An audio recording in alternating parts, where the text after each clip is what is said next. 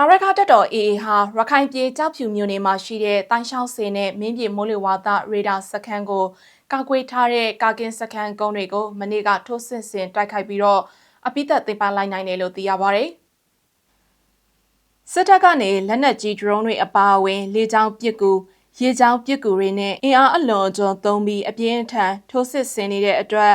ဆုတ်ခွာပေးခဲ့ရတဲ့တိုင်းရှောင်းနဲ့မင်းပြင်ကြေးရွာတွေကို AA ကပြန်လည်တိုက်ခိုက်နေရမှာအခုလိုကာကင်းစခန်းကုန်းတွေကိုတိုက်ခိုက်သိမ်းပိုက်ရရှိခဲ့တာလို့မြေပြင်သတင်းရင်းမြစ်တယောက်ကနရင်စရာကိုပြောပါရယ်အာရခတက်တော် AA ဟာမနေ့ကဒီဇင်ဘာလ1ရက်နေ့ကလျှက်တပြက်ထိုးစစ်ဆင်တိုက်ခိုက်ပြီးတဲ့နောက်ကာကင်းစခန်းတချို့ကိုသိမ်းပိုက်နိုင်ခဲ့ပြီးစစ်တပ်ကတော့အကြဆုံးများစွာနဲ့ပဲနောက်ဆုတ်သွားခဲ့ရတယ်လို့သိရပါရယ်အလောင်းတချို့နဲ့လက်နက်ခေရန်တချို့ကိုလည်း AA ကသိမ်းပိုက်ရရှိထားတယ်လို့အဲ့ဒီသတင်းရင်းမြစ်ကဆက်ပြောပါရယ်ပြီးခဲ့တဲ့ရက်ပိုင်းကလည်းတိုင်းရှောင်းနဲ့မင်းပြင်မှာတက်ဆွဲထားတဲ့စစ်သားတွေကိုရိတ်ခါလာပို့တဲ့စစ်ကြောင်းကို AA ကကြားဖြတ်တိုက်ခိုက်တဲ့အတွက်စစ်တပ်ဘက်ကအကြဆုံးများခဲ့ပြီး